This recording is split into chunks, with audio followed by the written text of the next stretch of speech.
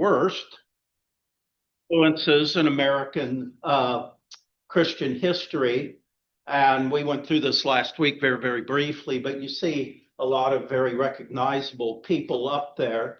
And there is one whom I don't think anybody recognized, and yet this individual has had enormous influence over the last 40 years for the worse.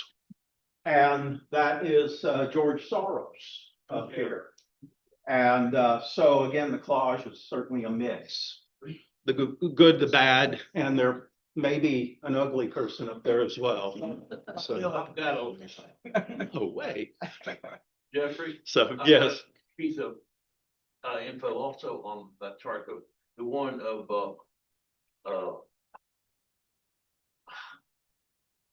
gosh, the name was, sorry, my memory, it's the one of Martin Luther King. His group, his entourage, there was a man in his entourage named Hunter Fitz Odell.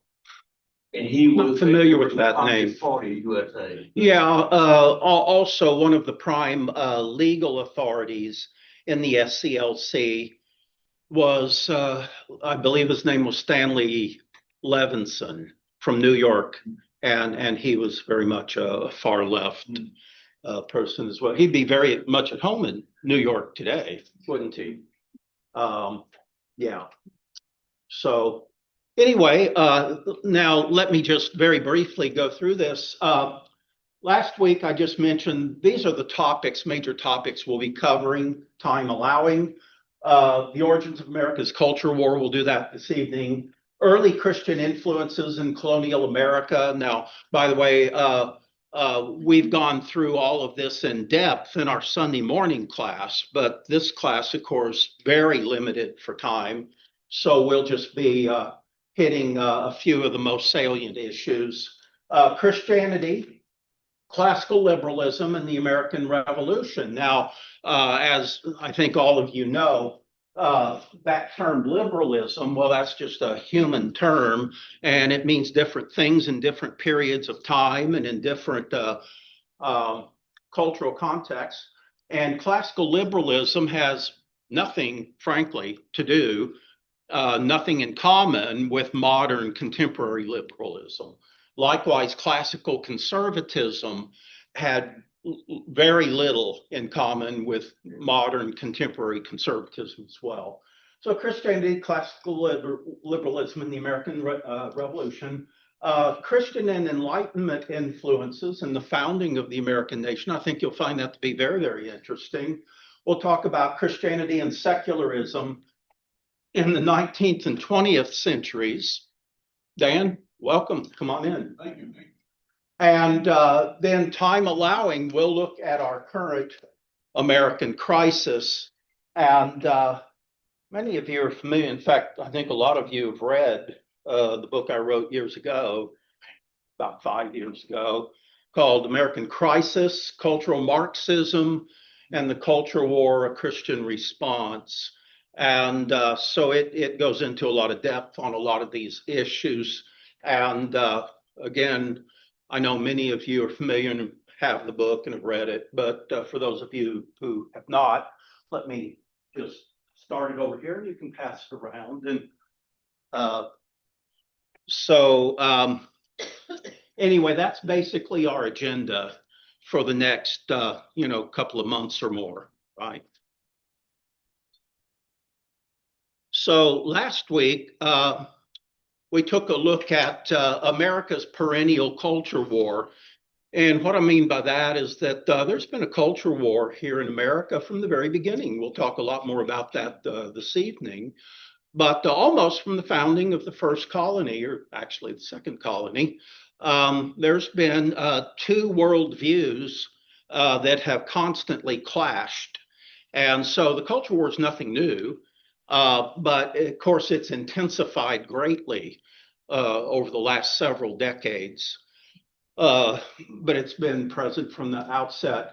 We talked about the culture war controversy, how so many, church leaders, for instance, are afraid to even use that term. And that's very unfortunate because we are called to stand for what's right and true and good, and speak the truth in love. And so we should not shy away from issues like this. It basically is an elementary element of spiritual warfare. And you might remember from last week, I quoted A.W. Tozer, who wrote, this is probably the most famous sentence from all of his works, and that is, this world is a battlefield, not a playground. Boy, just let that sink in and the ramifications of that. Okay. And then we used various scriptural context to emphasize that point. These two worldviews, a biblical theistic worldview versus a secular humanistic worldview, are the foundation for all of our cultural, social, moral, political, and religious beliefs and practices. And they are diametrically in opposition, of course. We spent quite a bit of time last week using as an example of the current, culture war in America, the 1619 Project. And I don't want to spend time going into all the ramifications and details of that, but we talked about how that was just merely one of the highest profile examples of this ongoing culture war. And of course, that surfaced about 6 years ago by the New York Times columnist Nicole Hannah-Jones. And the premise was that America was founded on racism and a lot of other very unsavory, agenda items and so on. And the goal was to basically re-educate Americans and American school children about our founding principles, and from a very left-wing radical socialist view and a very critical race theory orientation. And so it's been criticized, of course, by conservatives and by Christians as being a gross distortion of American history, and it is a distortion to an extent at least, and how we want to be very careful that we don't fall into the trap of sanitizing American history like a lot of Christians do and Christian historians have done. And that's very dishonest, just as much as the radical leftist secular critique of American history is very, distorted and illegitimate as well. Rewritten is a word that I think of for that. And thank you for bringing that up. I've seen that in the history books I've read. It's quite astounding. Yeah. And I'll just use one example. Pardon me if I used this last week, but when it comes to American history, we need to be scrupulously honest and factual about this.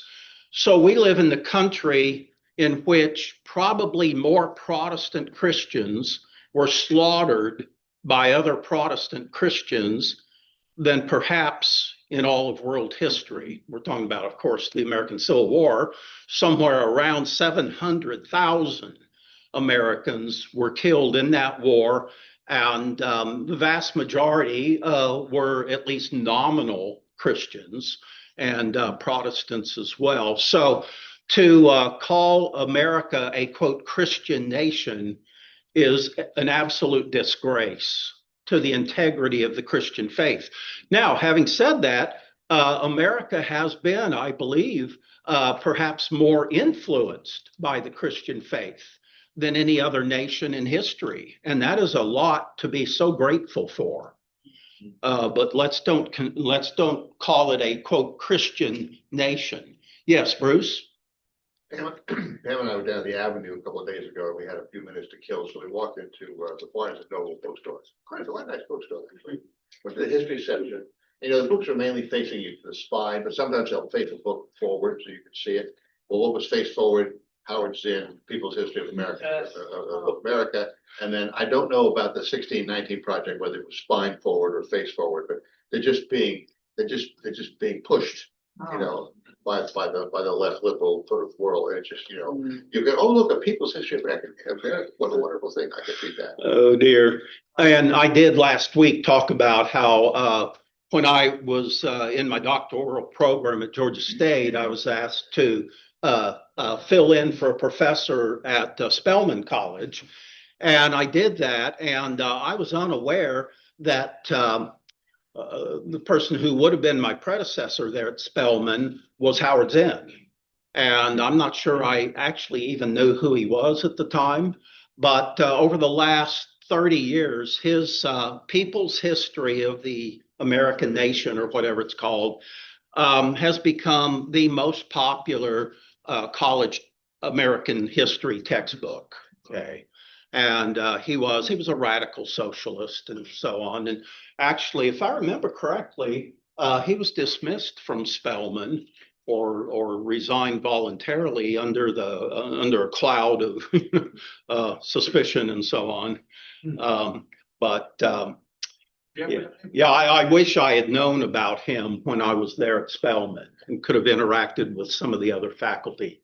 Yes. A question is, what do you suppose is the objective? Maybe it's obvious and I don't see it, to these Marxists who are rewriting American history like you've just been describing. What are they after? Are they trying to destroy our republic, or what's going on there?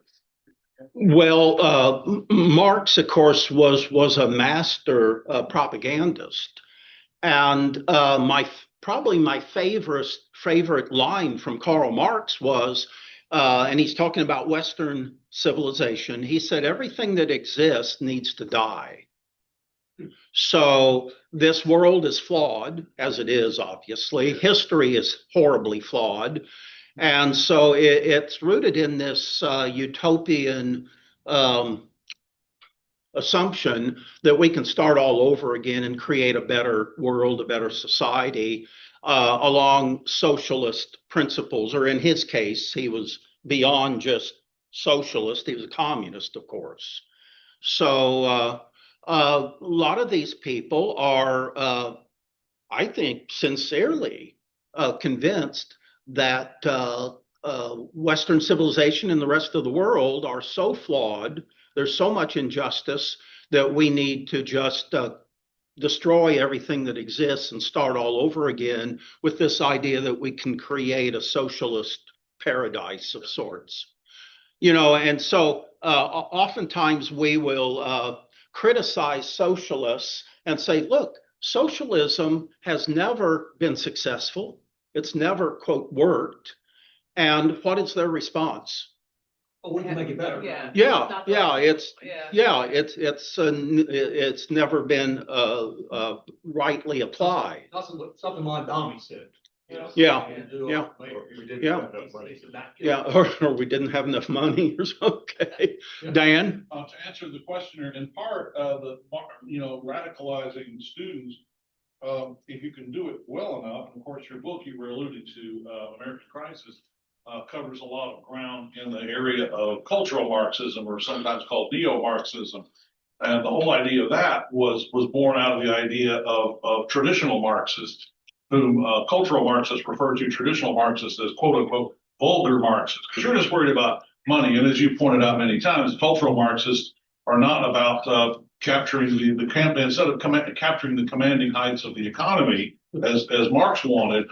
They say no, we have to capture the commanding heights of the culture. Mm-hmm. And so through television and media and of course education, in this case academia, then the point of all this though is that you can enter a Marxist country without a revolution. Yes. And so it's bloodless except for those who resist. Secondary point. Well, that's a minor detail. Well, a secondary point very quickly. I looked up Wikipedia and they have it that that Howard Zinn was fired at the end of the academic year in 1963 for insubordination. His dismissal came from Albert Manley, the first African-American president of that college, who felt that Zinn was radicalizing Spelman students. Really? Okay. In all these years, I never really thought to look him up. So he was dismissed from Spelman in 1963. For being too radical. Yeah. And I was still 10 or 15 years from being born. Yeah,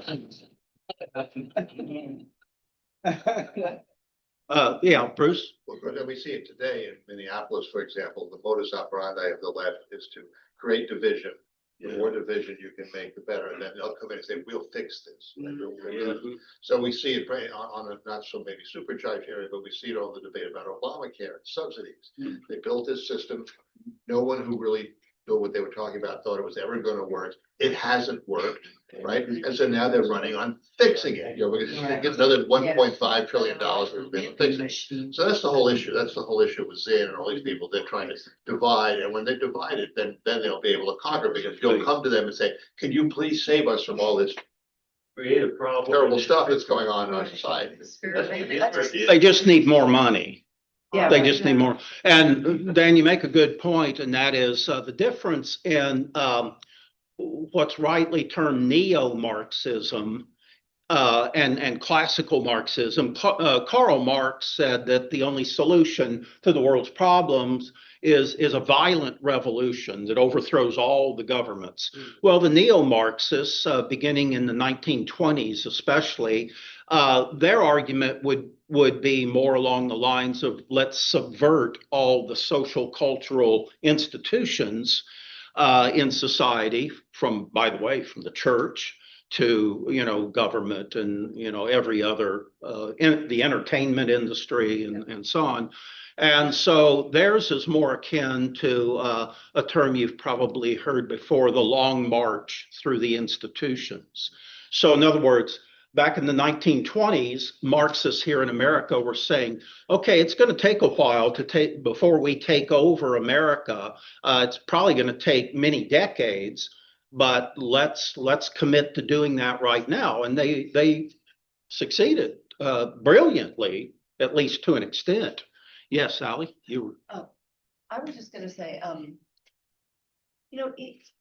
even if I think there's a lot of well-intentioned, well-meaning, I don't know about at the top, like when I think of someone who like Mondani or AOC, or I don't know what their motives are. They seem to be power hungry, but let's set that aside and say there are people that really believe this is the answer. Yes, It's like they don't understand human nature. They don't understand depravity, because even if they're well-intentioned and can set something up, the next generation, because they won't train in virtue, because that's not part of the whole system. Yeah. So they don't have an understanding of Human depravity. nature.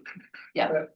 Yeah. Did you steal a page from my notes tonight? So, you're absolutely right. It's a very flawed view of human nature, and we'll talk about that. Yes, John. Mhm. There is a long-term vision that's been established to piggyback on hers, is that the capturing of Marxism, socialism started back in the early 20th centuries, embedded itself in the capture of our youngsters' minds, colleges, whether it's current students then, and then they become the leaders, and then they become the politicians and all. And what they did, there was a battle of the mind. Now it's into the high school and it's going into the grad school. And you can see that throughout the world. The way this cultural changes take place is through the education, taking over the teachers' roles, and then embedding that in the mindset and the culture of our fabric of our country. And you can see that evolving and now culminating in what we're seeing right now in our nation. Yes, and in my years, I was 20 years at Georgia State. And during that period of time, for instance, the history department changed to some extent from classical, from liberal to more left wing. Yes. And it was all the new, other than myself and a couple of others, it was mostly the younger professors coming in who were considerably more And you socialistic, can't get it left out of the wing. system. And now they just continue on. Yeah. And they're embedded and we can't, and we're trying to find a way to change that. And that's gonna be a challenge. Well, and also, as Ali mentioned, I mean, or implied, these people are very committed. Yeah, they are. Now, a lot of Christians are not. A lot of Christians are just praying for the rapture and, you know, can't wait to get out of here. These people want to change the world. Yes. In the pulpits, we don't hear anything up on this from the pulpits anymore. It's like you're afraid to say anything. Like you could say, you know, we need to hear some of your words from the pulpit, and related to, our Christian, virtue and our beliefs and principles. Yeah. And then that's pretty not political. Well, why is it that, you know, we get, quote, saved and God doesn't just immediately snatch us out? That's right. Exactly. Yeah, I wish he would actually, but he doesn't, does he? No. And that's because we have a role to play, and that is we have a divine calling to change the world too. But it would be radically the alternative to what these people are promoting. What he said, didn't Lincoln say the philosophy of the schoolroom in one generation will be the philosophy of government in the next? Something along these lines, yeah. Yeah. Yes. Yeah, and our schools are just flooded with people with a liberal to far left wing orientation, very secularistic And orientation. the teachers union, the NEA, Mhm. right there with them. Oh, absolutely. Yeah. Yeah. All right. So we talked about the 1619 project, how it distorts American history by emphasizing only the dirty stuff from the past. And of course, they detest the Christian influences, the very thing that we celebrate and appreciate so much. Okay, so here we are to the to what I wanted to focus on this evening, and that is the origins of America's culture war. And we'll go as far as time will allow and leave it at that. But oftentimes we present this in the context of a culture war between those who hold a left wing and more of a, quote, right wing orientation. And when you look at the divisive issues that are dividing America today, it does rather neatly divide into these two, not just political, philosophical orientations, but also there's a strong religious orientation embedded in this as well. So if you look at the right wing, left wing culture war that's going on today, what are the divisive issues in it? I'll mention a couple and then I'll let you join in. I think at the very core of this culture war in America is the difference between those who believe in absolute morality based on natural law principles, which are very compatible, by the way, with biblical principles as well. So absolute morality versus moral relativism. Okay. And I think that pretty much is the genesis of this entire thing. And of course, we look at it in political terms as the difference in the Republican Party and Democratic Party. And we're talking about in general, the Republican Party, not everybody in it, and in general, the Democratic Party. And it's manifest in so many issues, border control and the deportation of illegal immigrants. Okay, does government have a right to do that?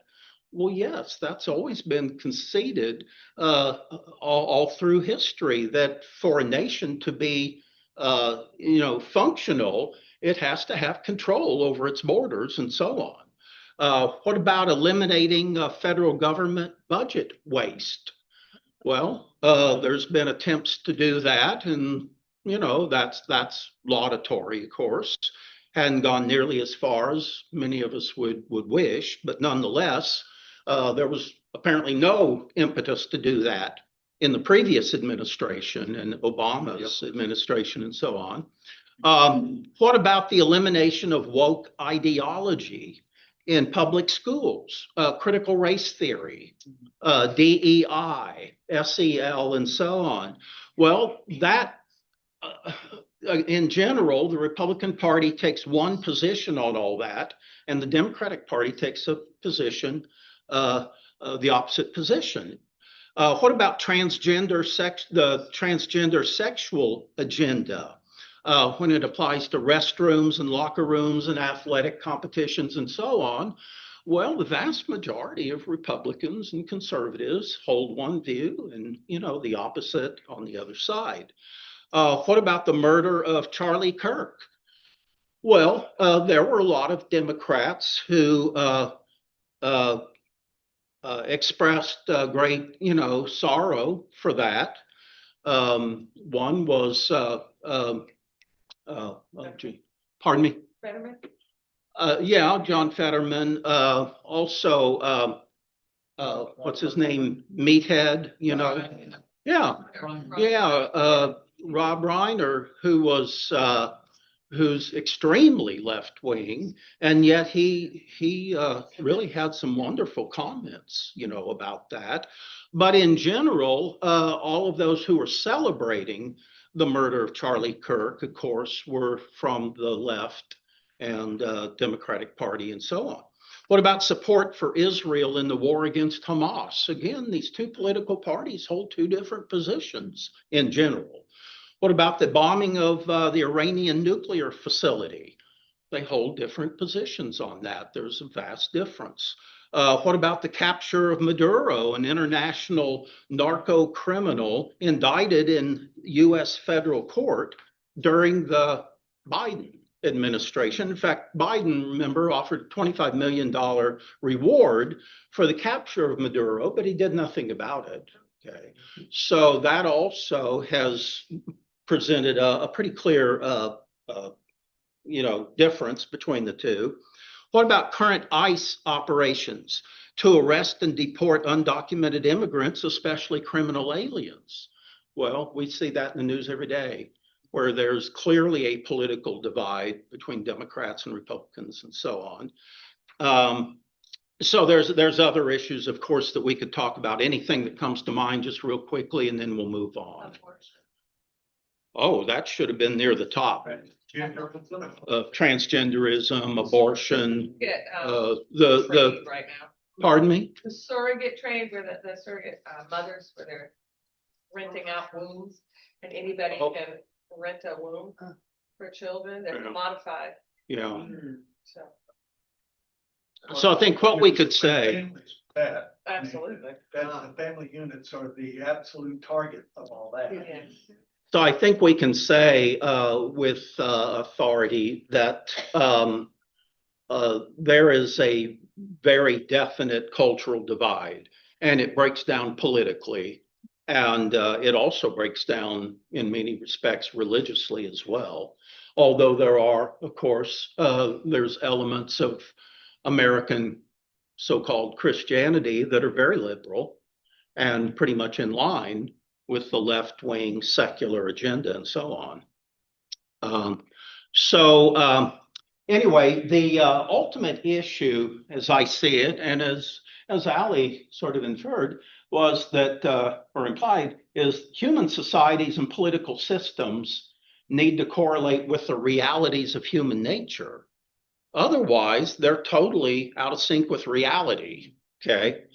And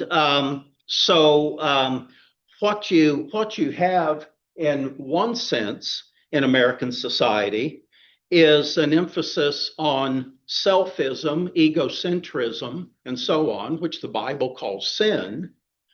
And in contrast to Jesus's greatest commandment, to love God wholeheartedly and love others as we love ourselves. So we have these two socio-political ideologies that we have two socio-political ideologies that violate the realities of human nature. And these two ideologies to be avoided at all cost is authoritarianism, or, in recent last 100 years or more, totalitarianism, the ultimate objective. We see that with communists and Nazis and a lot of Islamic regimes as well. And on the other extreme is libertarianism. Now, what's the problem with libertarianism? Well, it's totally out of sync with the realities of human nature. We need laws. We need just laws, in keeping with our understanding of human nature. So, two socio-political ideologies to avoid: authoritarianism, but also libertarianism. Because libertarianism oftentimes leads to what we would call libertinism. And that is, nobody has a right to tell me how to live, or, whatever. So, yes. Jeffrey, I've yet to hear someone define what is a right winger. Yeah. So I've decided, if I ever met someone who's a left winger, and I want to ask them that question. I'm a right winger, but what is that? Well, that's really a fallacious dichotomy, left wing and right wing, and we talk about. In fact, I believe I addressed that in that book, American Crisis, because as that concept has been so misapplied. On one extreme, you have communism, and on the other extreme, you have what? Anarchy. No, you have Nazism, and that's totally fallacious, isn't it? Yeah. See, and that's the point I make there, is that makes no sense. Yeah. Nazism and communism have far more in common than they are polar opposites. You would be correct. The opposite of authoritarianism would be anarchy or libertarianism. Yeah. There's a scale there, an axis scale. And it seems like the way they define these political categories, it doesn't match with a plus minus scale. Yeah, we have to look at it in a two-dimensional setting, not just, a straight line with communism over here, Nazism over there. That's absurd, isn't it? So in the book, I clarify that, actually. All right, so let's take a look at, again, two cultural orientations that we find very prevalent in American society, and we have to engage in this on a regular basis. And one is what we would call kind of a generic conservative orientation, using the term conservative in the modern sense that we all understand it. The other would be a liberal or progressive, so-called progressive socialist orientation. So you have Americans on both sides, but then you also have an awful lot of Americans who don't know and don't care. They're basically just selfists. And so this is the group that's oftentimes overlooked. And when you look at election patterns over the last, 75 years or more, what you find is that this is, on the American scale, this is almost equally divided between conservatives, people who are generally conservative in their orientation, people that are generally leftist or liberal or whatever, and then people that are selfish. They're so selfish, they frankly don't really care about the great social and cultural and moral issues of our time. People like that rarely vote, but when they do vote, they are motivated not by concern for what is true and good and beautiful, to cite Plato, but they vote on the basis of their own self-interest. So sometimes this third group, they get involved and they vote, but it is not in alignment with actually either of the agendas, the conservative or the liberal agenda. But one more comment about the liberals, and that is this stems from a generally what you might call a secular humanistic agenda when it comes to the great social and moral and cultural issues of our day.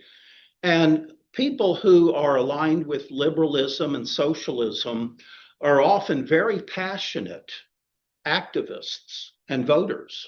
And we've seen plenty of them in the last few days in Minnesota and Portland and so on.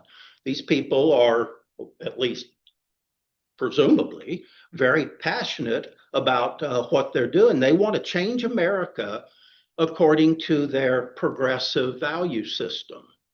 Now, I wish we had more conservatives that were as passionate and all. But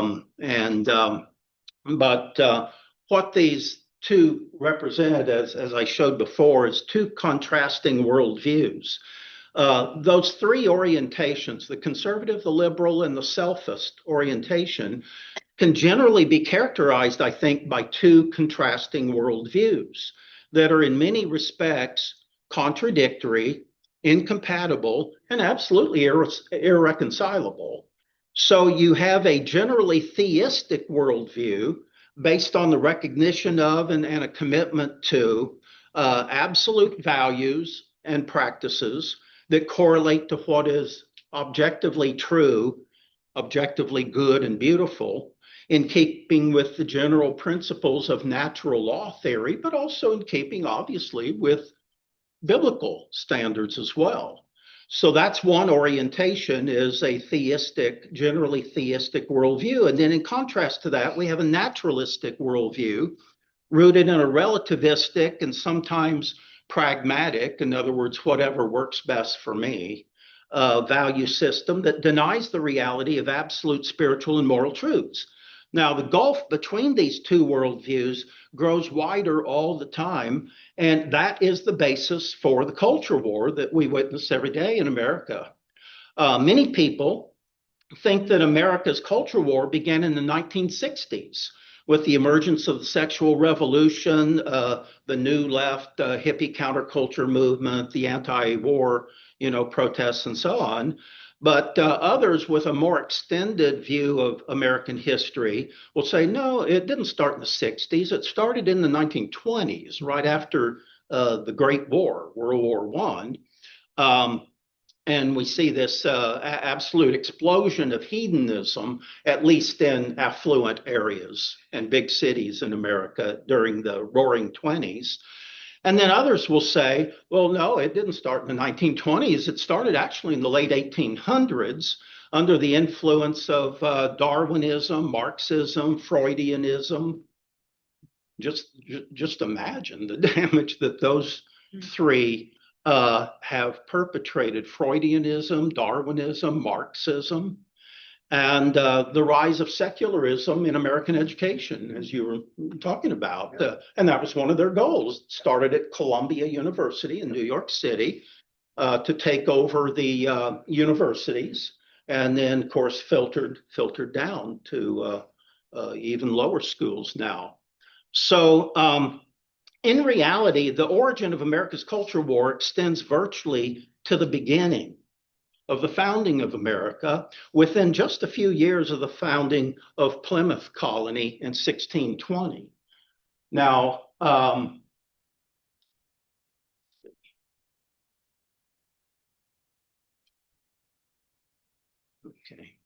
from the outset, America was founded by colonists who immigrated for various reasons. We'll go into more of this, in a week or two. Some people came here for religious liberty.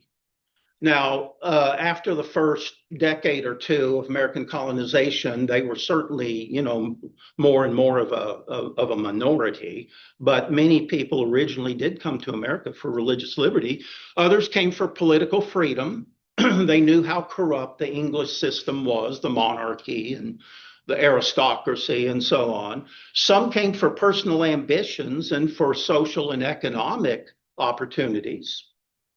Some came just for the adventure of it all.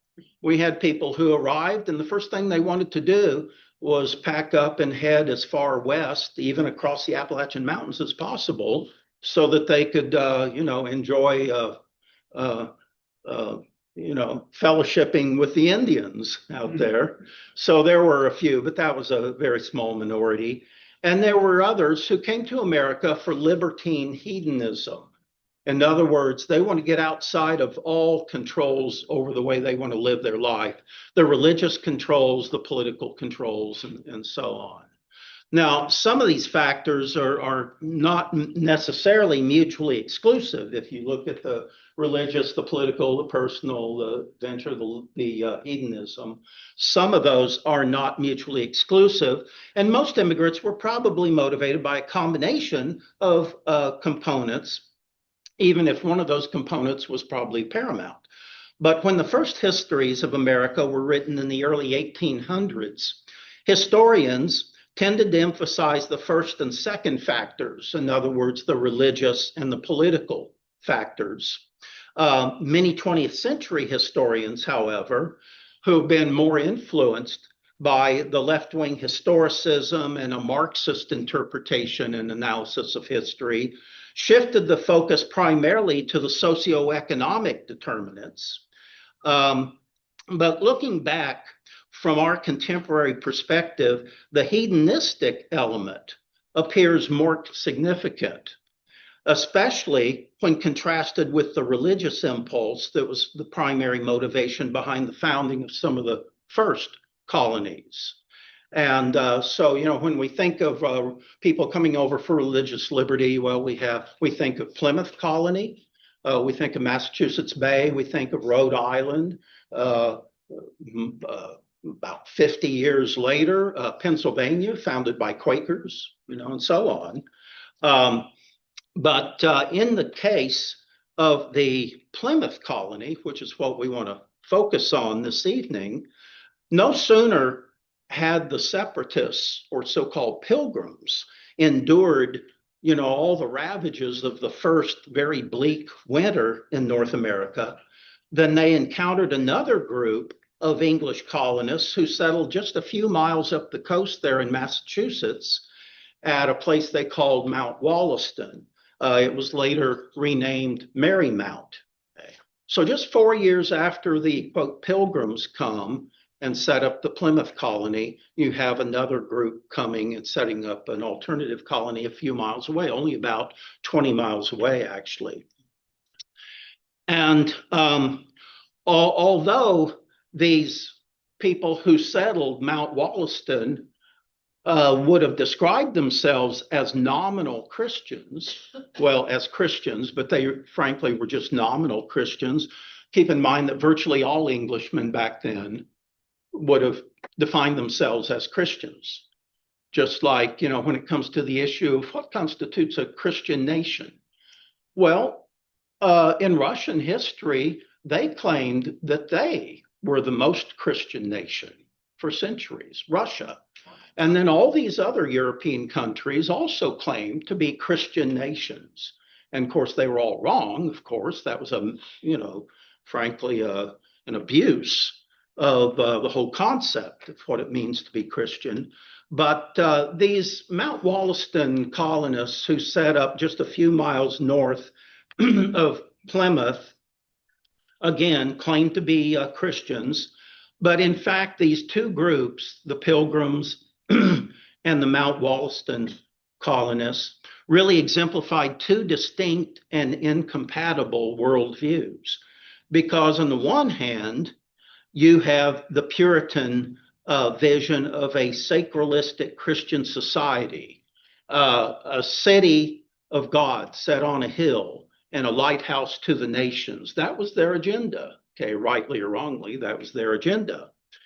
And then on the other hand, you have these people who come to America primarily, and their agenda is to set up a secular utopia, a city of man established by libertarian humanists with few laws and rules regulating individual behavior and personal beliefs. So quite a contrast. And again, this is 4 years after the founding of Plymouth Colony.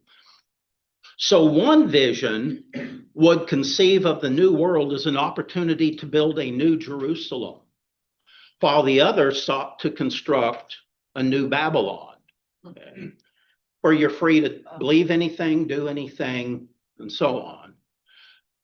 The confrontation that soon ensued between these two communities of settlers was in effect the first skirmish in America's ongoing and rapidly accelerating culture war. Okay? But it's present from the very beginning, and that's the first chapter. Actually, I go into it, of course, in a lot more detail in my book there. So you have Plymouth Colony, established 1620, as a sacralistic Christian society. Now, we talked about this a lot in our Sunday morning class, and that is, people like the pilgrims, so-called pilgrims and the Puritans and all, they came for religious liberty. But they did not extend religious liberty to anyone else who didn't believe exactly like they did. Okay.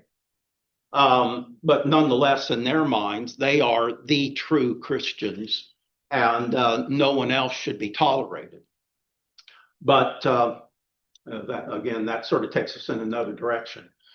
Mount Wollaston, well, these are nominal Christians who basically have come to set up a secular utopia so they can run their own lives however they please, and they're not accountable to any recognizable government or anything. Don't you see that they're contaminating the word Christian? Oh, absolutely. And we're seeing the same contamination today. Oh, yeah. So what we see there, we can see today. They defined it where we can determine what is the values and principles that we follow, but we will define those aside from Scripture, away from deity. Well, we have the right to define anything however we please. That would be their orientation. What's that? The Democrats do a great job at that. Yeah. They redefine. But it's a very unbiblical principle, isn't it? Indeed. Yeah. And so by the turn of the 1800s, just a few years after the American Revolution, you have a lot of these liberal churches, and they are joining the hottest new denomination, which is the Unitarian denomination. See, and so it's interesting why, and we talked about this on Sunday morning, didn't we? It's interesting how so many human institutions and organizations and individuals, almost inevitably over time, they drift further and further away from a biblical Christian, orientation. It's because we're all innately selfists, okay, who want to run our own lives according to our own agenda. Yes. The Marxists, they fail to recognize the sinful nature of man. That's right.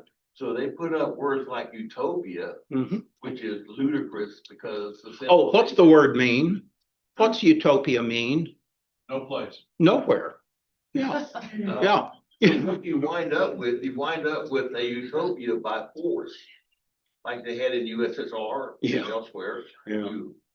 And you're all equally poor, but in their mind that's a utopia because everyone's abiding by from the barrel of a gun. Yeah, well, for the elitists, at the top, I guess it is rather ideal. But in this country, they have those Marxists. They have one big problem. Maybe I already said this.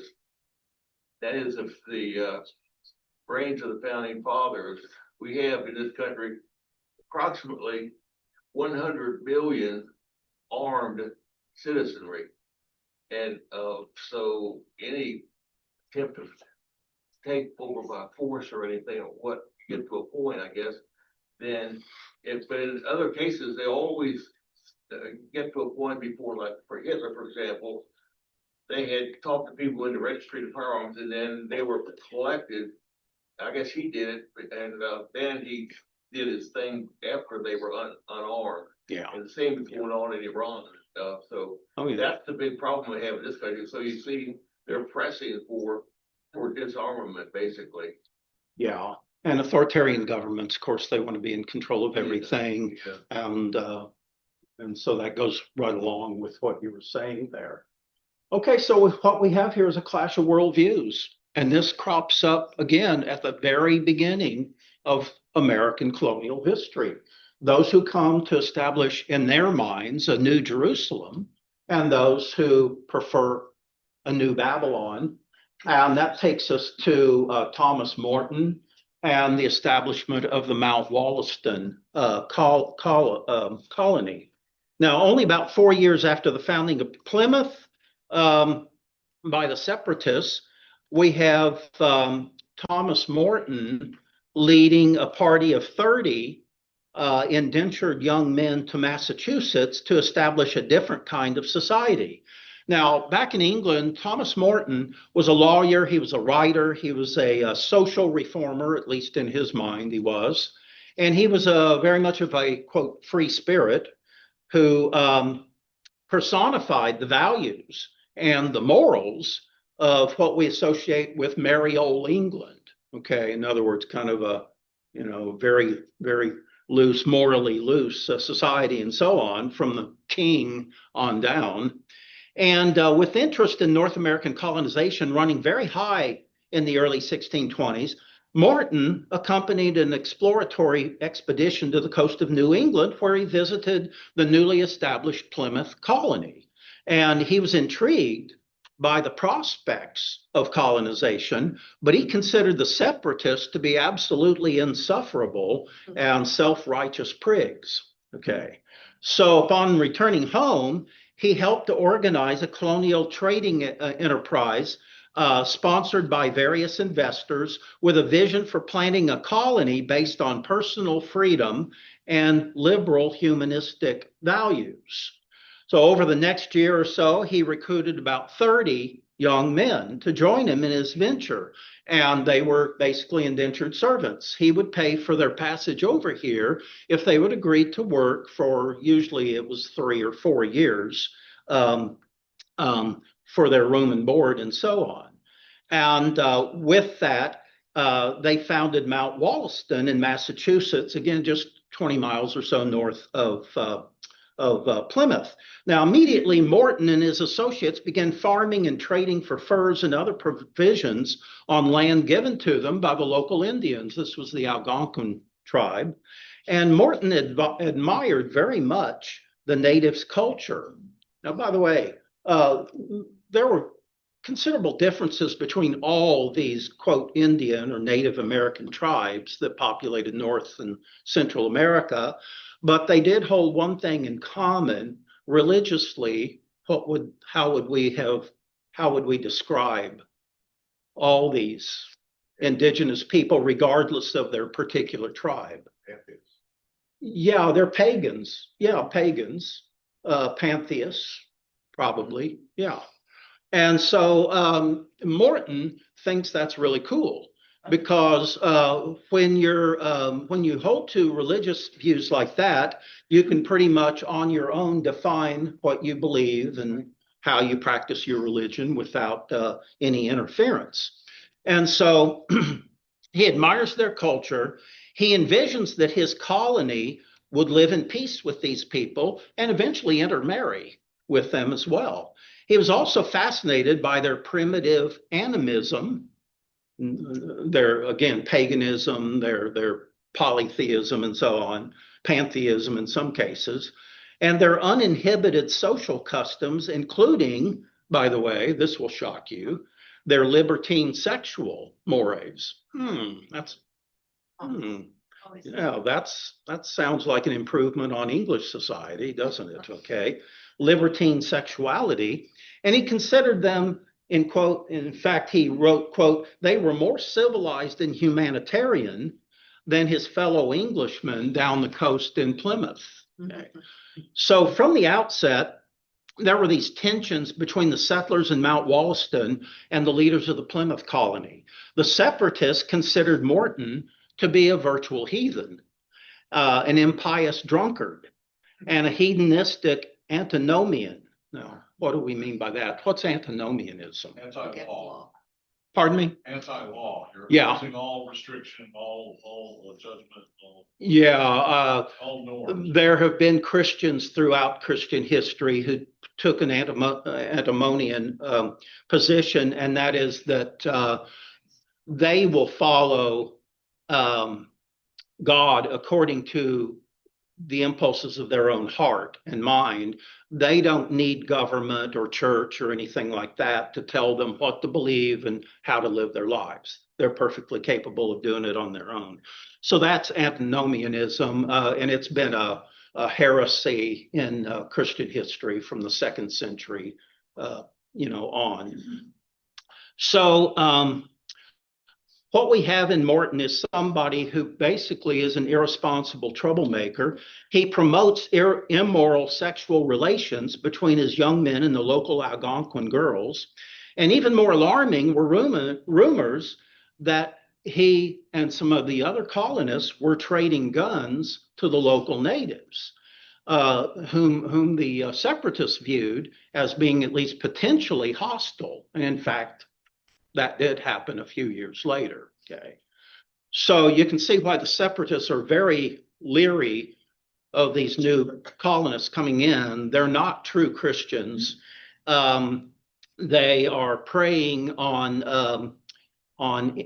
Algonquin Indian females. And furthermore, they're even selling guns to them in exchange for, goods and so on. So for Martin's part, he's openly scornful of the separatists for their exclusive religious beliefs, their strict moral codes, and so on. And relations between these two communities grow increasingly tense over the next couple of years, as some of the young men were defecting from Plymouth Colony to Mount Wollaston. Now, again, I'm sure you know that only about half of the people who founded Plymouth Colony were actual separatist Christians. The other half had just come over for various reasons and had different values. So some of them decide, well, looks like it would be more fun, more interesting living in this alternative colony where we could pretty much just do our own thing.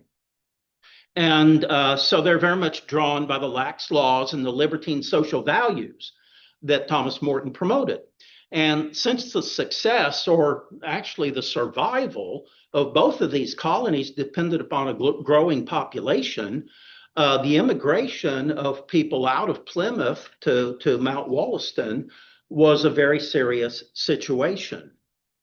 So that's the setup of mounting tensions that will eventually erupt with the conflict, the armed conflict between these two colonies.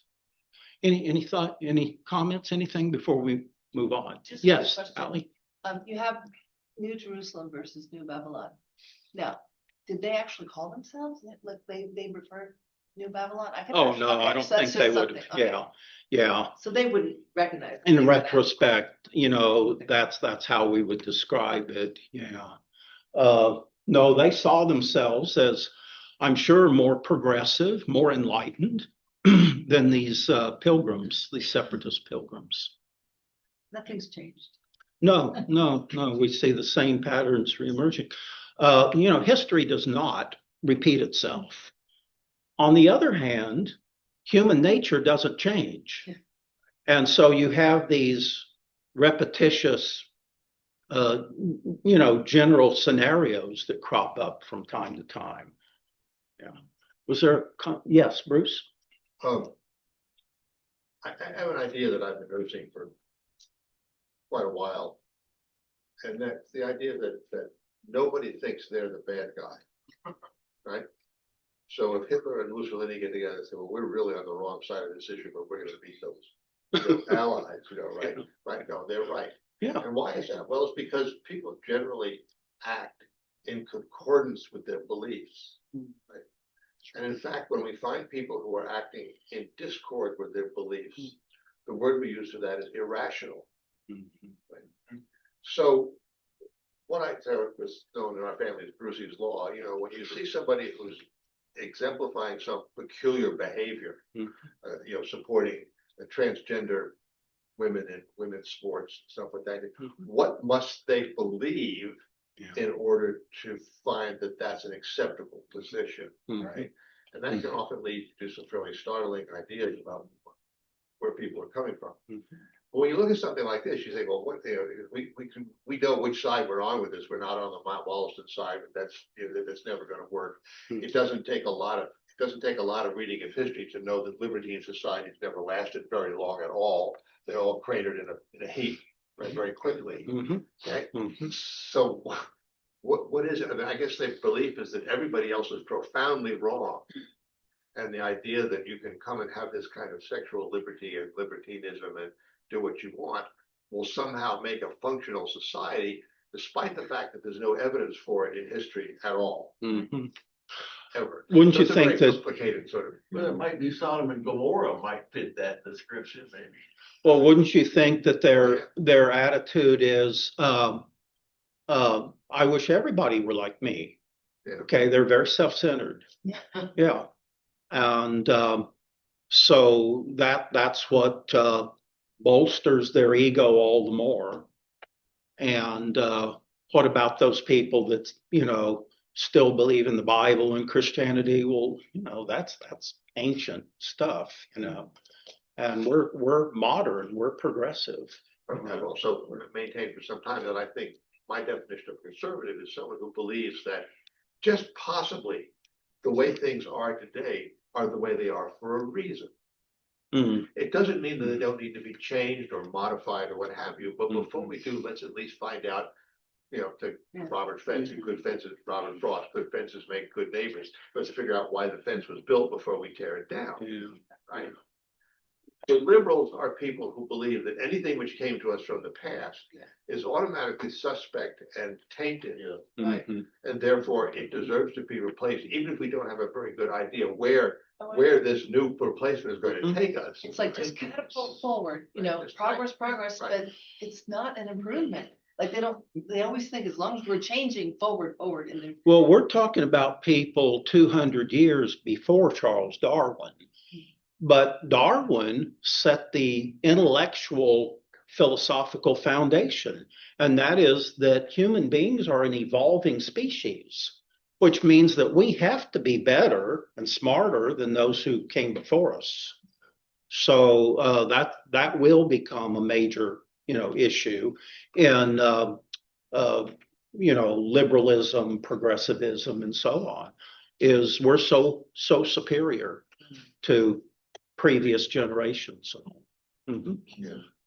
Yes. The word that really kind of irritates me that I see on the news and everywhere is the word progressive, referring to the Marxists, that they are progressive, which is just the opposite. The right word would be reactionary, because that's an old idea that's failed over and over again. Well, we know that the left in America is wrong on virtually everything, but they're extremely clever. Yes. And they are extremely ingenious when it comes up to words and phrases to promote their agenda. So that's a good example, as you used. They are progressive. Well, we're stuck in the past. But they're really not progressive in terms of government, form of government. Yeah. I don't see how you can get much more progressive. Our founding fathers were the progressives, the last of the progressives. And these guys, these Marxists, they're very clever. Well, but truth doesn't matter to these people. It's whatever advances their agenda. But then that bounces back to the fact that because of words like that, like you talk about that Marxists use, it is so important that our educational system have a curriculum such that when they graduate from high school, they have been instructed about these issues and the words like progressive, and so that they can discern what's going on. But as it is today, it's non-existent. Again, these people are not wise. They are clever.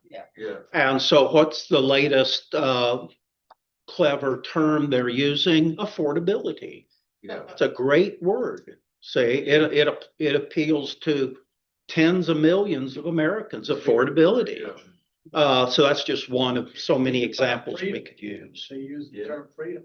And Yeah. that has no boundaries to it at all. Yeah, And then pretty soon it becomes anarchy, yeah, with no boundaries. yeah. It's libertarianism is what Well, it is. it It's is. not really freedom in the true sense. All right, so we have the social and the cultural contrast between the Plymouth colony and Mount Wollaston. So these are two very different worldview perspectives. And Thomas Morton sought to capitalize on these differences early in 1628 by renaming his colony Marymount. Wow, that's a great name. Okay. And so you can imagine that I'm not sure that there were cities or towns in England that had names like that, but that would be very attractive for certain people with a certain mentality, right? Marymount. And furthermore, he announces a special May Day celebration in which he organizes a pagan Greek style festival to reward his hardworking comrades. He's a very shrewd promoter. He invites local natives to the celebration, including plenty of young females, which further scandalizes Plymouth's pilgrims. But even more provocatively, he orders the erection of an 80-foot high maypole, which further antagonized Plymouth's governor, William Bradford, who condemned it as a pagan idol. And Bradford also compared the Marymount festivals to a Roman bacchanalia, as he later noted in his memoirs, quote, "They set up a maypole, drinking and dancing about it for many days, inviting Indian women as their consorts, dancing and frisking together, and worst practices." Well, I don't know what's worse than frisking. Not sure what frisking is, but it sounds a little libertine. You're right.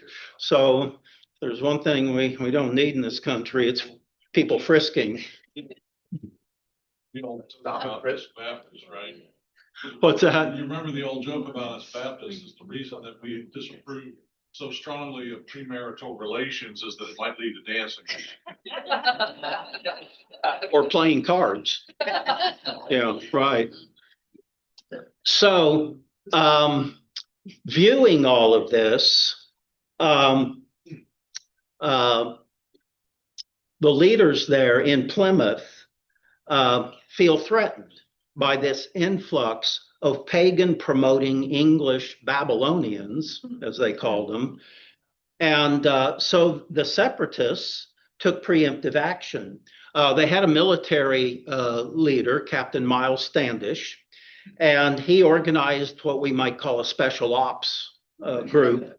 And they marched through the night, catching the unsuspecting Marymounters by surprise and managing to capture Thomas Morton without even firing a shot.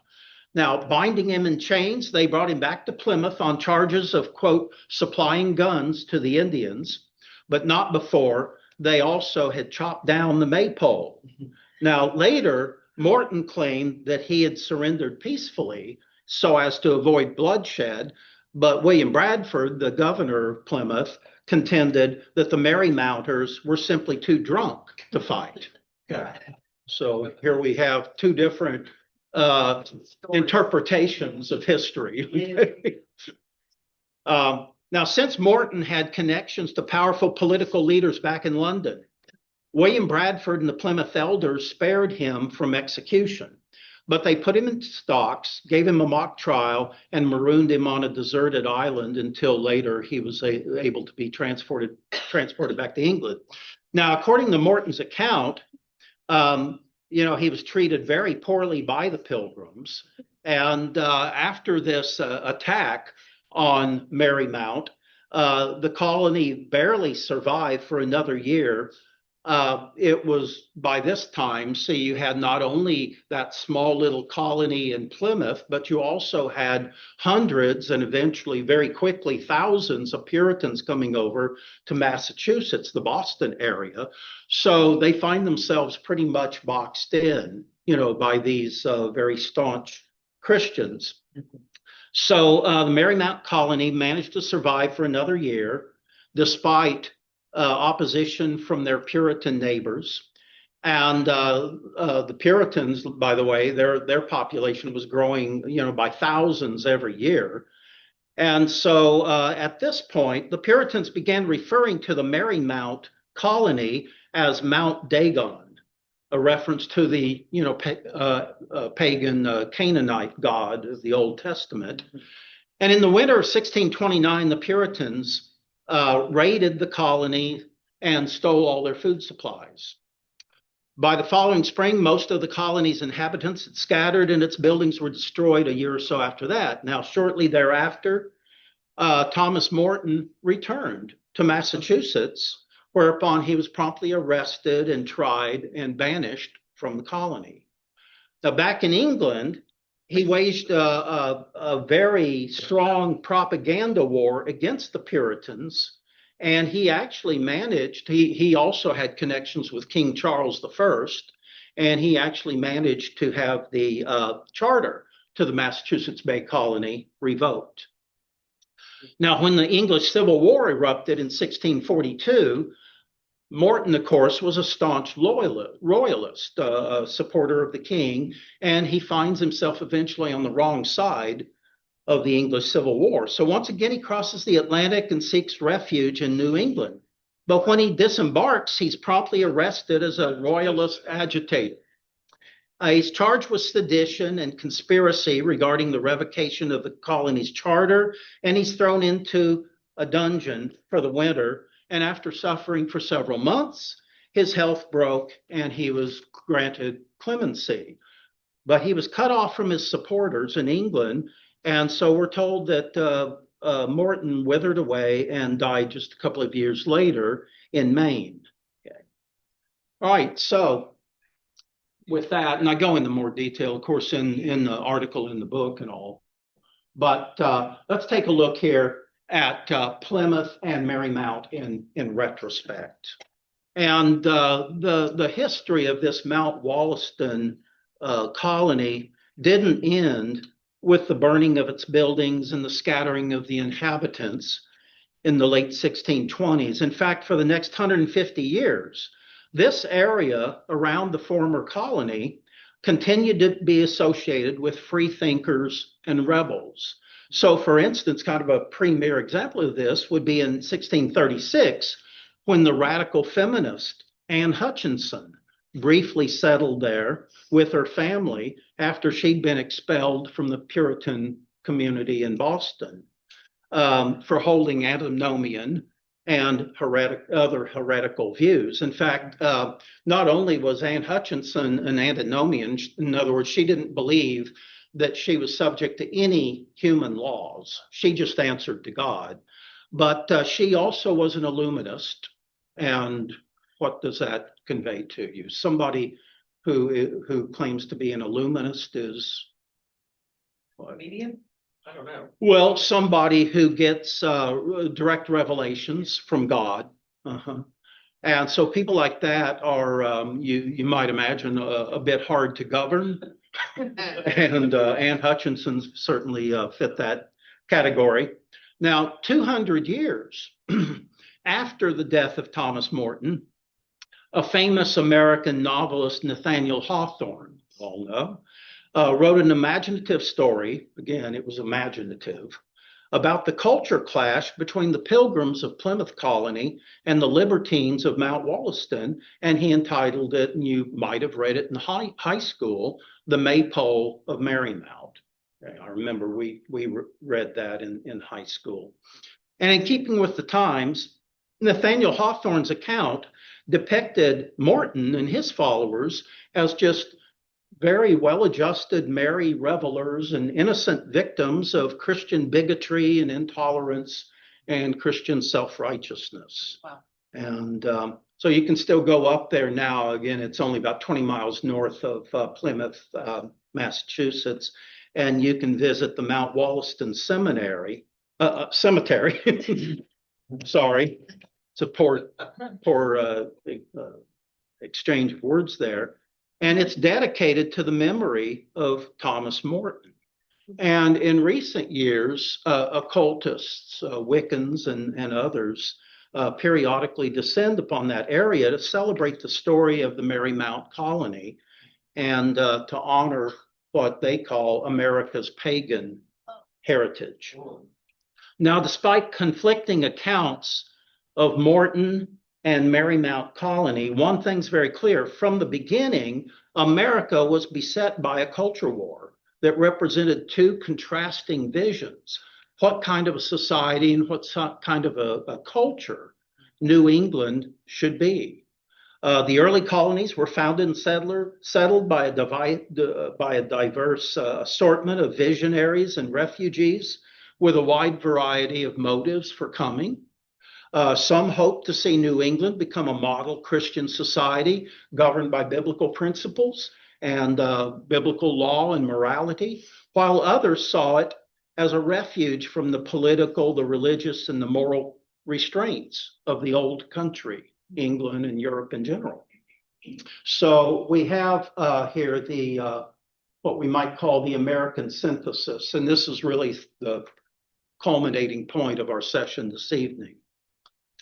A century and a half after all of this, America's founding fathers sought an innovative compromise between the popular Enlightenment ideals of their day and traditional biblical Christian values. In the process, they established a Republican style, not a democratic, but a Republican style representative government. They codified civil liberties, and they disestablished the Christian religion in the various colonies, correspondingly acknowledging religious liberty and promoting the nation's Christian-influenced heritage. But they did not designate one Christian denomination as the official state church in America. Now, at the time of the American Revolution, about 9 out of the 13 colonies had official state churches. In Georgia, it was the Anglican Church of England, later Episcopal Church. And in Massachusetts, it would have been the Puritan-founded Congregational Church and so on. But most of the colonies had official state churches in which residents, citizens of that colony, were taxed for the support of that particular church. And the founding fathers did away with that on a national level. And then very quickly after the American Revolution, those colonies, now states, that had had official state churches very quickly disestablished their state churches. So while creating a national government that was religiously neutral, in other words, the true principle of separation of church and state, they had no intention of establishing a secularistic government that was in any way hostile to the Christian faith. Now, a good example would be Thomas Jefferson, our third president. Now, he's a deist. He is not a Christian. And yet, even Thomas Jefferson allowed for church services to take place in public buildings and so on, because Thomas Jefferson, even though he saw himself probably as intellectually and all a little, beyond most Americans and most Christians, he still understood that the Christian faith, had an enriching effect on American society. So even somebody like him would recognize that, Christianity should not be banned from public life. It has played a very vital role in the development of America. So for several generations, the compromise between this idea of a more secular Enlightenment-based political system and the Christian influences, that compromise more or less worked because the Christian religious heritage and values kept the more secular and libertarian Enlightenment ideals in check. But with the accelerated pace of change in the 20th century and the increased secularization of our society and our culture, the fissure separating these two worldviews widened up until it became a major chasm in American society by the 1960s. Today, we see the effects of this rift in every area of American life, and it is the seminal reason why so many of our political, social, moral, and even economic problems seem so intractable and unsolvable, because you have people with totally different and incompatible worldviews trying to affect public policies. We have two broad camps representing irreconcilable worldviews that assess our problems and offer contrasting solutions. In a culture in which one side advocates values based on traditional natural moral law, which again is very compatible with, in most respects, with biblical law, while the other side promotes a relativistic and secular humanistic agenda, the areas of mutual agreement and commonality continue to shrink. And so today we see hardly any Democrats in Congress who vote with the Republicans, and vice versa. Okay. Because in general, they hold to two contrasting, irreconcilable worldviews. The author and radio talk show host Dennis Prager, I think, has put it very well. And many of you have probably heard him say this or write this. According to Prager, America will be united only when one of these worldviews prevails over the other. So are we going to be a united nation in any true sense? Well, no. You know, we have a third of the American people that hold to generally conservative and even biblical Christian views. We have about a third who hold to secular anti-Christian views. And then we have about a third who are so self-centered that nothing interests them other than just their own lifestyle and enjoyment in life. So I think Prager is absolutely correct. America will be united only when one of these worldviews prevails over the other. There's no prospects for that immediately, is there? So as far as postscript, very quickly, as we witness in awe the ever-widening chasm that's opened up in America's ongoing culture war over the past 60 years in particular, and especially in the last decade, it's a sober reminder of the results and the consequences of even seemingly subtle and minor deviations from the moral truths of Scripture. Eventually, they become more pronounced. 60 years ago, most secularists were at least publicly and superficially respectful toward the Christian faith. Think about it. Going back to, let's say, the 1950s and 60s and so on, most secularists were not openly hostile toward Christianity. Today, they are, and they are with total impunity. Okay, but now it's a full-scale and unrelenting assault in the public square, not only on Christianity per se, but even the most basic principles of common decency and common civility. Yeah, you see it every day in the news. And in our national history, we can trace the origins of this hostility back to Thomas Morton and his merry band of libertarian hedonists who came to America not to worship God and serve God, but rather to, we might say, party hardy. Okay. Back then, of course, they still called themselves Christians. At least today, most secular humanists scrupulously avoid the association with Christianity, and that's something to be thankful for, other than certain liberal, so-called progressive Christians who have renounced and abandoned many of the core doctrines and moral principles of Scripture. Those are, I think, probably more dangerous.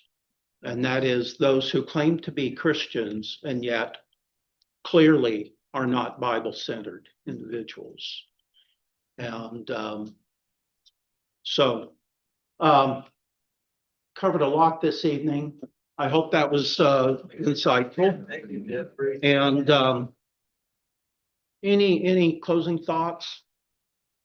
Questions? Well, there's Anything? been a lot of echoes from Mount Wollaston down through from not just Hawthorne, but I was thinking of, I never watched this movie, but I understand enough about the plot. The 1984 movie Footloose, right? Where let's all dance and let's party, and but there's these strict fundamentalist Christians that won't let us dance, and they pass laws against it, and they won't let us listen to our music, and they're going to burn our books and all this stuff. And so, so the religious people can be cast as villains, except when there's something desperate, a part of public morality that they want to affirm. So they're not. And this is, I think this is our strategic advantage. Our opening is that on issues of public morality, okay, I got it. They don't want us interfering in their bedroom. I get that. But there's certain things like, international human rights, where they do want a Christian voice. Dawkins himself, Richard Dawkins himself is like, I'm a cultural Christian. I don't, Why does he in recent years come out as a quote cultural Christian?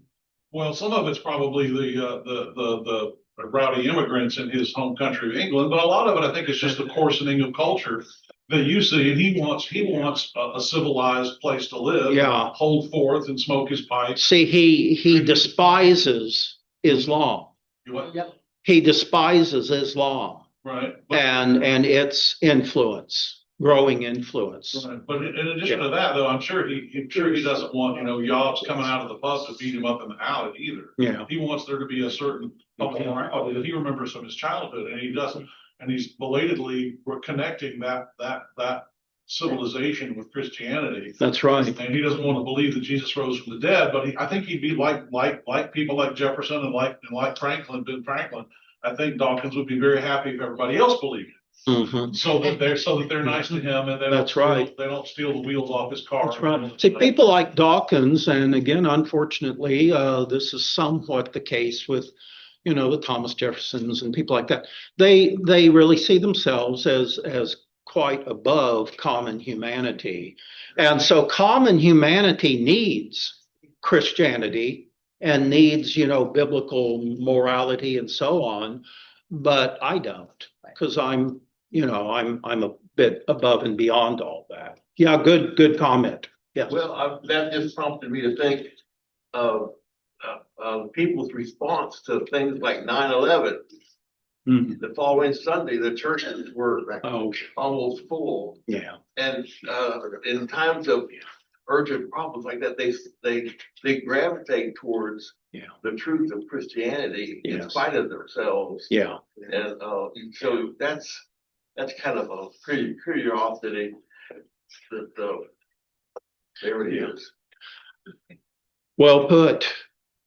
Well, good being with you this evening. I'm sorry we went a few minutes over time, so we're going to try and not do that going forward here. Great to have you all online following us as well. And if you have any questions or comments or anything, feel free to send me an email, and we welcome your involvement as well. So next week we'll press on and continue on this general theme, and so join us and encourage your friends who you think would benefit from a course like this to join us as well. Well, blessings. Good being with you.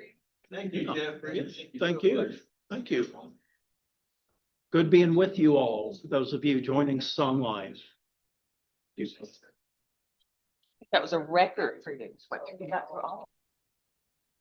Thank you.